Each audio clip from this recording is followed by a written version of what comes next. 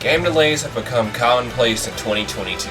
While it is expected for Sony and Microsoft to have delays since their new hardware isn't even 2 years old yet, Nintendo is not immune in the slightest. Outside the most obvious elephants in the room, there is another game that hasn't had much info about it since it was announced. So, a good while ago, Bayonetta 3 got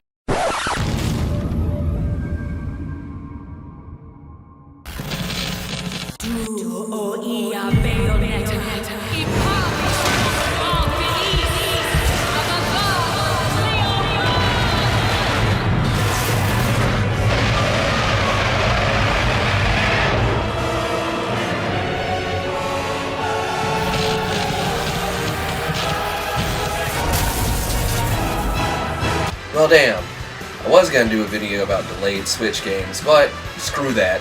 Let's get hyped about what's coming out this year. Here's my list of the top 5 games that's on my radar for 2022. For this list, I'm only looking at Switch exclusives, not multiplats.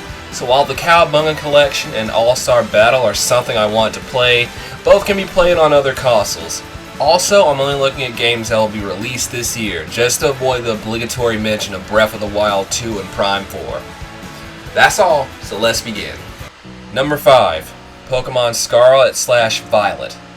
I'll be brief here since I'm only a casual Pokemon player.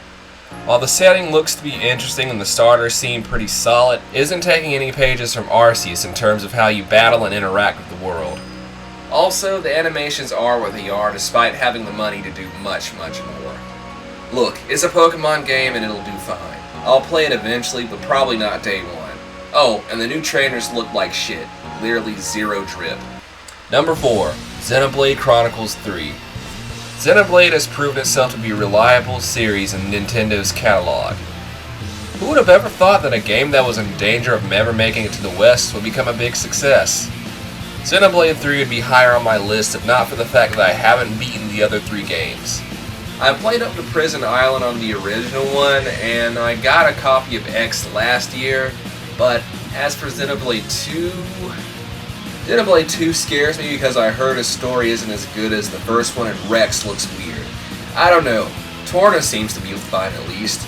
If I can ever catch up, I'll be sure to play this one. I'll be really feeling it! Get it? I'll show myself out. Number 3. Mario plus Rabbids, Spark of Hope. Who's up for a sequel to the most random-ass team-up in the history of video games? Apparently a bunch of people, since Ubisoft rarely makes sequels to games that don't involve climbing up some bullshit to fill in a map. Anyway, Mario plus Rabbids is a tactical turn-based strategy game like a very light version of XCOM. There's a bigger emphasis on movement and status effects than there is on resource management and permadeath. It looks like a great time. Why isn't it higher on the list? For the same reason that Xenoblade 3 is where it is. I just haven't played the first one yet. Don't worry, it's on my Switch at the ready at any time. It's just one more game on my list, but it is less work to go through than the whole entirety of the Xenoblade series, so it's less homework involved in that end. I'll get to this one at some point, it's just a matter of when. Number 2, Bayonetta 3. Surprise! Who saw this shit coming? All joking aside, we have come a long way, from a logo, to a short trailer, to a full trailer with a release date. And just like the last 2 games on this list, I need to play Bayo 1 and Bayo 2 before I play 3. Platinum has been in a bit of a rough patch regarding Babylon's Fall, but Bayonetta 3 looks to be just what the doctor ordered. Number 1. Splatoon 3. Pop quiz. How do you make me play a shooter? Make it objective-based and not solely about your KD ratio.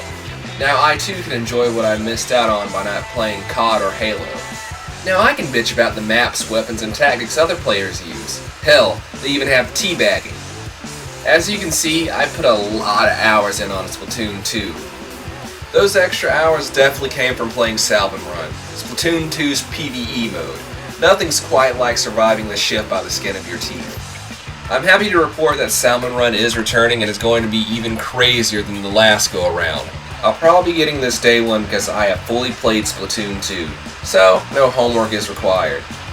You know, I should have called this Top 5 Switch Games on my radar for 2022 that I forgot to beat the last games for, but that rolls off the tongue about as well as a ball gag. And now I'm going to head to Google to see if that analogy is accurate. Fuck! Oh, nah. Deleting my history on that one.